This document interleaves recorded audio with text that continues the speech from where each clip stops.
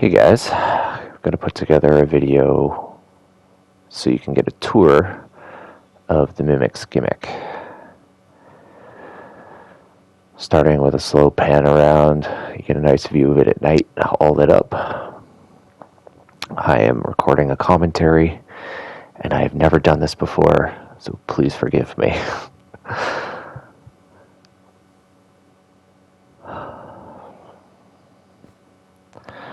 So flying in, taking a look at our beautiful sign,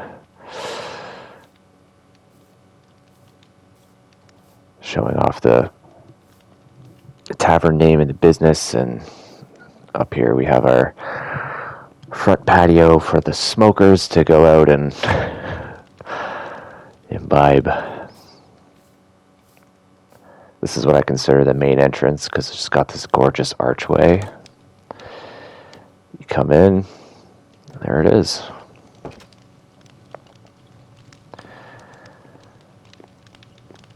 Bar.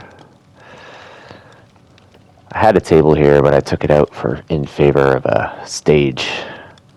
Wednesday nights, local bards only. Large fireplace. The other entrances. Out to the patio for a smoke.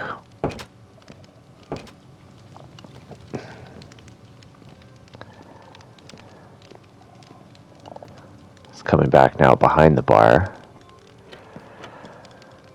We can see the tap room, a couple cracked kegs, and the kitchen. Large fireplace for cooking, smoking, ovens, cutting boards, soups and stews, breads, double-wide sinks, furnaces and smokers, and a cake. It's important to have your ventilation when you're cooking in a hot kitchen. Lots of airflow. Gonna pop down into the cellar so you can see the storage we have. The biggest thing that I thought to myself when I first started putting together the Mimics Gimmick, the Troll Skull Manor, was just how big it was. And even down here, this tiny space on the map ends up feeling very big. The bar itself up top is just an enormous space. I imagine we can get it packed with patrons if we get entertainment and what have you.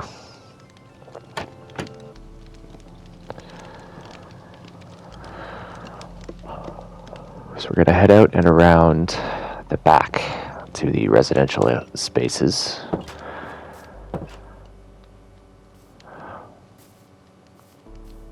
Zen asked, why isn't there an entrance in the bar? And I said, so you can keep the drunks out of your living room. Important to leave a sign letting everyone know that the entrance to the bar is up front.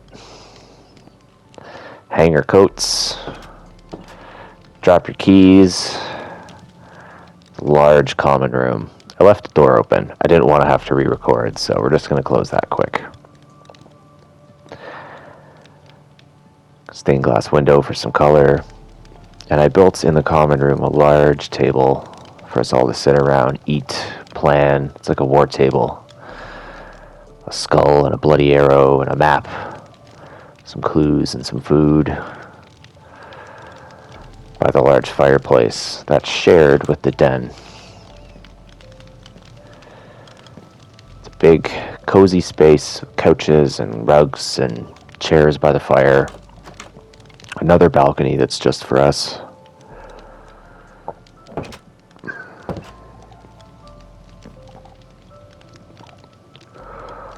And again, another large couch. A hookah or something. Flowers, candles.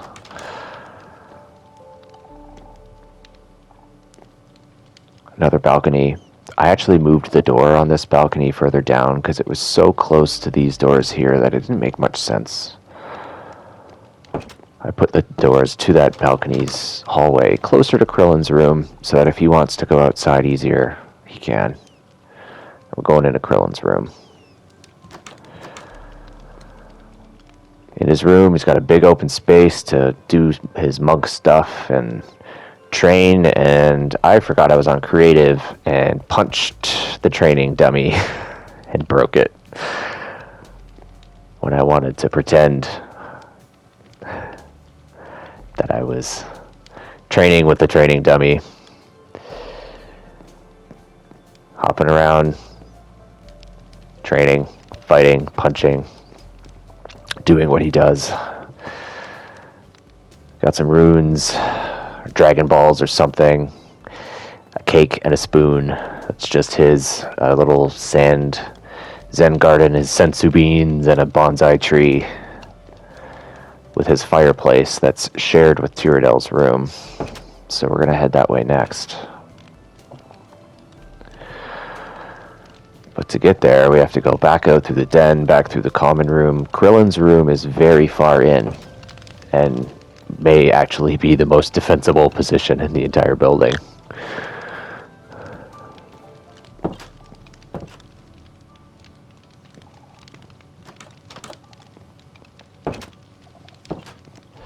So the hallway, simple, open, bunch of paintings. Tyradel's room.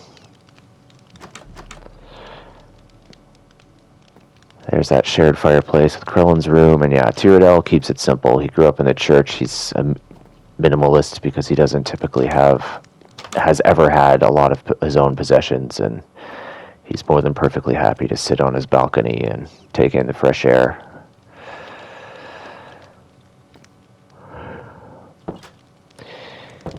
He won't even complain if Frederick's bathtub leaks. Be more than happy just to put a cup down on the floor and catch the drips.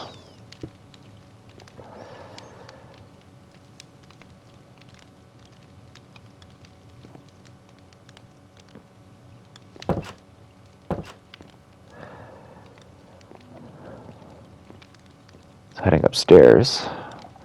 It's a hallway here, threw down a nice big cozy rug.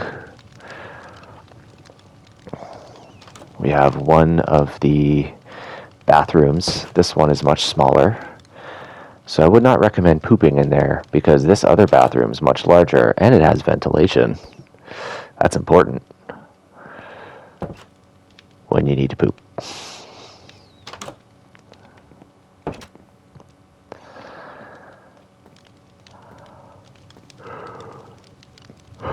This is our library, study area.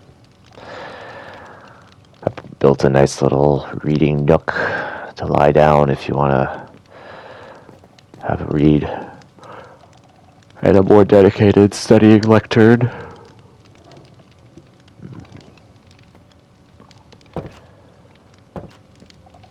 Both my cat and my wife are sleeping beside me on the couch, so if you hear any snoring, it's them. Frederick and Anton, the master suite, the biggest room in the house, has to have the biggest bed. Large desk. Sit, take notes of all the magical things you find. Little table and chairs by the window. And the large master suite bathroom, the big tub. A proper vanity with a mirror, well lit. A fireplace that just looks into the bedroom. You can actually see the tub from the bed. Big enough to jump on, despite the low ceilings. Sloped ceilings. And oddly, on the blueprints, there was a door that led from this bathroom into the hallway, so I don't know how private this private bath is. But heading back out into the hall, everyone's doors have been different. I tried to personalize them. XR gets the metal ones because he's an automaton. Everything in his room is black and red because, as Zen said, that's his motif. The black bed matches the red brick and the black and red rug. And what does a automaton need a bathroom for? He doesn't. His bathroom is more of a shop where he can repair himself and hammer metal bits and do whatever. He has access to the turret parapet up top. The watchtower. It overlooks everything around. It's actually worth noting, Teardale's balcony and this turret watchtower thing, you can get up onto the rooftops of the Mimics Gimmick or Skull Manor. If you want roof access, that's how you do it.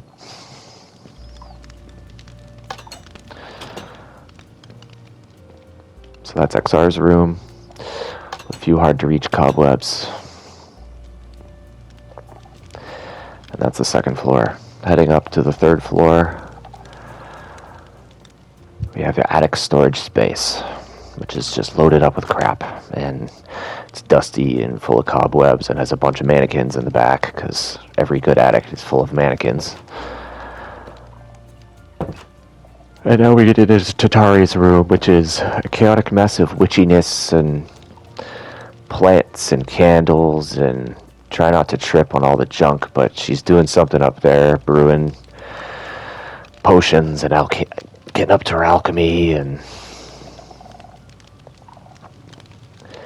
the fire is blue, and yeah, this is probably my favorite room in the whole place. It just loaded it up with stuff.